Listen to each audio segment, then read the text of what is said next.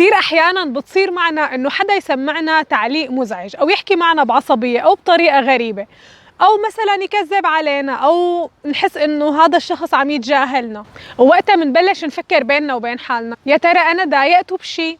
يا ترى أنا شو عملت شي غلط لحتى هو متضايق مني؟ وهيك منفوت بدوام التفكير ما منعرف كيف نطلع منه.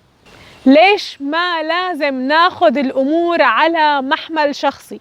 هذا هو موضوع حلقتنا اليوم. يومكم سعيد، يا رب تكونوا بخير، وخلونا نبلش. لما تخرجت من الجامعة أول شغل اشتغلته هو بالدعاية الطبية، وكانت أول مرة بنزل على الحياة العملية. فجأة لقيت حالي معي قائمة فيها أسماء 200 ل 300 دكتور لازم زورهم وتابع معهم عن الأدوية بشكل شهري.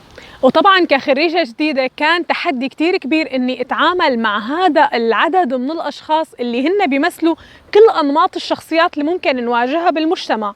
ولما بلشت شغل كانت تصير معي مواقف، مثلا الدكتور يحكي بطريقة سلبية عن الدواء أو يحكي بطريقة سلبية عن الشركة، ويبدأ دايما الحديث بكلمة أنتوا كذا كذا أو أنتوا عملتوا كذا. وكان أي موقف من هدول يخليني أرجع على البيت زعلانة ومتضايقة إنه ليش الدكتور هيك حكى معي، وحس حالي إني كرهانة شغلي وما بدي أنزل تاني يوم على الشغل. لحتى بيوم حكيت مع مديري وأنا كتير متضايقة وعم بحكي له هاي المواقف اللي زعجتني كتير بالشغل، بكل بساطة قال لي: وانتي ليش متضايقة؟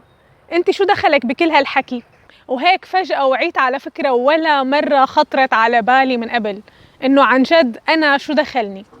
إذا الدكتور عم يحكي على الدواء أو على الشركة، حتى لو كنت أنا الواجهة أو الشخص اللي بيمثل هي الشركة، أنا بالأخير صلة الوصل بين الدكتور والشركة، فأنا مهمتي اكتب الحكي اللي حكاه الدكتور بتقرير للشركة، وإذا كان عندي رد موضوعي أو علمي على حكيه ففيني وقتها رد عليه، بس مو رد كردة فعل وكأنه رد على إهانة شخصية توجهت لي.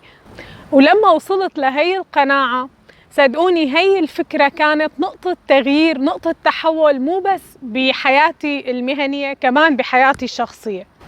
لهيك ما لازم ناخد أي شيء بيصير معنا بشكل شخصي، حتى لما بيبين الموضوع شخصي، حتى لما بحس إنه هذا الشخص قاصدني بشكل مباشر بالشيء اللي عم يعمله. صدقوني حتى بهي الحالة الموضوع ما إله علاقة فيني، الموضوع إله علاقة بالشخص نفسه.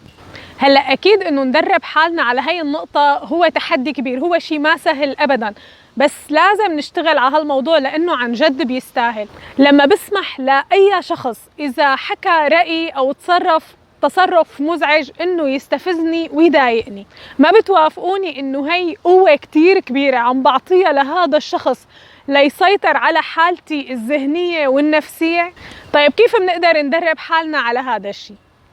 أول شيء ما نضل مركزين على حالنا ومعتبرين إنه نحن محور تركيز هذا الشخص. النقطة الثانية، فيني أخذ الحكي حاول استفيد منه، قدرت استفيد منه بشيء بيساعدني لطور حالي بنقطة معينة، وقتها فيني أخذه كنقد واستفيد منه. إذا حسيت إنه هو حكي ما له أي فائدة فخلص برميه ورا ظهري ولا كأني إلي علاقة فيه أبداً. النقطة الثالثة مثل ما حكيت بحلقة التصورات الذهنية، رح أترك الرابط بالوصف، إنه الناس مختلفين، نحن منشوف الحياة من عدسة تجاربنا الشخصية، فكل واحد له آراءه الشخصية ومعتقداته وتصوراته الذهنية اللي بيتصرف على أساسها، هي ما بتخصني أبداً.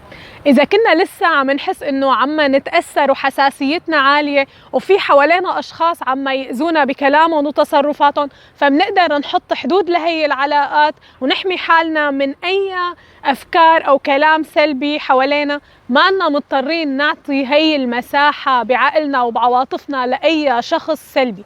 بالأخير نحن منفيق الصبح عنا طاقة محدودة، لازم ننتبه كتير منيح كيف وين عم نصرفها. وبالأخير تذكروا حكي الناس، تصرفاتهم، الطريقة اللي بيشوفونا فيها وأفكارهم عنا ما هي اللي بتحدد قيمتنا، هي موضوع بخصهم إلهم لحالهم.